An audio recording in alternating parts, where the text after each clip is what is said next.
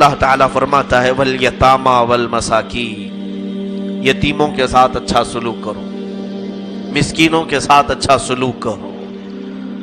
یاد رکھو کہ یہ دو ایسے اہم مقامات ہیں، یہاں ہمارے ایمان کا احتساب ہوتا ہے۔ یتیموں کے ساتھ تمہارا جو سلوک ہے یہ تمہارے کیریکٹر بتاتا ہے، تمہاری تربیت بتاتا ہے، تمہارے اخلاق بتاتا ہے۔ مسکینوں کے ساتھ جو تمہارا رویہ ہے یہ تمہارے اخلاق بتاتا ہے، تمہاری تربیت اور تمہارے اعلیٰ خاندان کا اس میں ثبوت ملتا ہے۔ کچھ لوگ جو آج کے پیسے والے ہیں، یعنی رات میں ہی امیر ہو گئے اور آج پیر پھیل گئے، ان لوگوں کی عادت یہ ہوتی ہے کہ وہ مسکینوں کو اور غربا کو بہت ہی نیچی نظر سے دیکھتے ہیں، اور یہ تو سٹیٹس بنایا گیا ہے، یہ جگہ تو غریبوں کے بیٹھنے کی، میں یہاں نہیں بیٹھتا، یہ کرسی بالکل غریبوں کی دکھ رہی ہے، ہر ایک کو الگ کر کے رکھا۔ یاد رکھو میرے آقا صلی اللہ علیہ وسلم نے فرمایا بدأ الاسلام غریبا وسیعود غریبا، حضور فرماتے ہیں اسلام غریبوں سے ہی شروع ہوا تھا اور غریبوں میں ہی ختم ہو جائے گا۔ آخر زمانے میں اسلام غربا کے پاس رہے گا، مال والے تو کسی نہ کسی کی خوشامدی کرنے میں ہی لگے ہوں گے، وہ غربا ہی ہیں جو میرے آقا کو یاد کرتے ہیں۔ غریبی کو مذاق نہ بناؤ اور کسی بھی غریب کو کمتر نہ سمجھو۔ ایک بات یاد رکھنا، اللہ رب العزت کے فیصلے بڑی حکمت کے ہوتے ہیں، بڑی حکمت کے ہوتے ہیں۔ اس نے سارے بندوں کے ساتھ انصاف کیا ہے کہ نہیں عقیدہ آپ کا؟ لیکن سوال یہ آتا ہے اگر اس نے سب کے ساتھ انصاف کیا ہے تو کچھ کو بہت پیسہ دیا ہے اور کچھ کو نہیں دیا ہے، کیسا انصاف ہے؟ سوال، اللہ اگر سارے بندوں کے ساتھ انصاف ہی کرتا ہے تو کچھ کو غریب رکھا ہے، کچھ کو بہت مالدار رکھا ہے۔ میرے عزیز، یہ اللہ کے فیصلے ہیں، اللہ کے فیصلے سنو۔ اس نے انصاف کیا ہے، جن کو یہاں غریب رکھا وہاں بہت امیر کرے گا، اور جو یہاں امیر ہیں وہاں غریب ہو جائیں گے۔ فیصلہ برابر ہو گیا، انصاف صحیح ہو گیا۔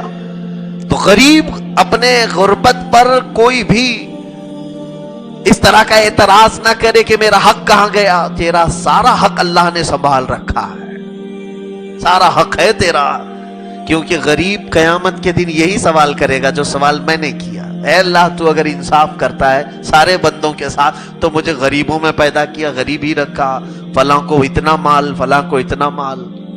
تو رب تبارک و تعالیٰ فرمائے گا کہ تیرا بھی مال میں ان امیروں کے پاس دیا تھا، ان امیروں نے تجھے نہیں دیا، اس لیے میں نے تیرا مال سب کچھ یہاں سنبھال رکھا ہے۔ اس دن ہزاروں امیر یہ چاہیں گے، ہزاروں نہیں لاکھوں امیر، اے کاش دنیا میں تو ہمیں غریب ہی رکھتا۔ جو دولت وہاں قیامت کے دن مولا دے گا وہ جنت کی شکل میں دے رہا ہوگا، جنت کی شکل میں مل رہی ہوگی، اور اعلیٰ منصب وہاں مل رہے ہوں گے۔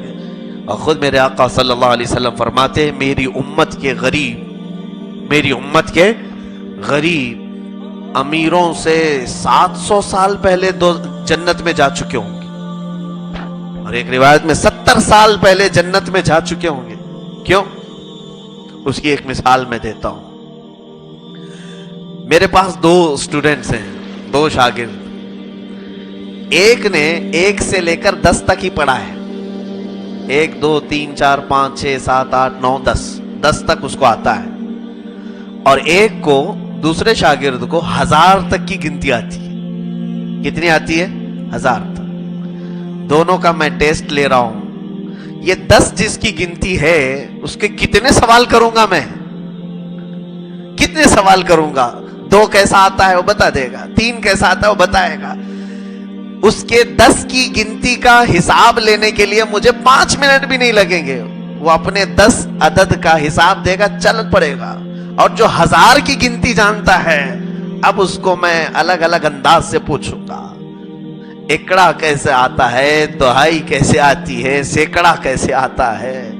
یہ تمام سوالات تو کہ 100 میں کتنے زیرو ہوتے ہیں، 1000 میں کتنے زیرو ہوتے ہیں، اور 999 کیسے لکھا جاتا ہے، اس پر تو 1000 سوال ہو سکتے ہیں، اس کے تو 10 ہی سوال تھے۔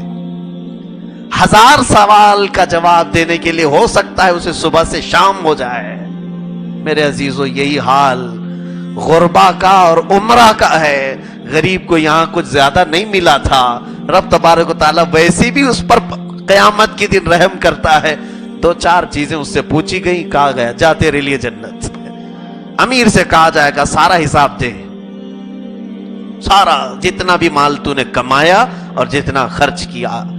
مجھے حیرت ہوتی ہے, یہاں انکم ٹیکس کے ریڈ سے ڈر جاتے ہیں لوگ, تیاریوں میں لگ جاتے ہیں, کیونکہ انکم ٹیکس سارے سوالات کرتے ہیں, یہ آیا کہاں سے اور گیا کہاں. جو ٹیکس بھرتے ہیں ان لوگوں کے لیے خوف خدا تو آ ہی جانا چاہیے. ان کو سمجھ لینا چاہیے کہ میرا آخرت میں حساب کتنا سخت ہو سکتا ہے.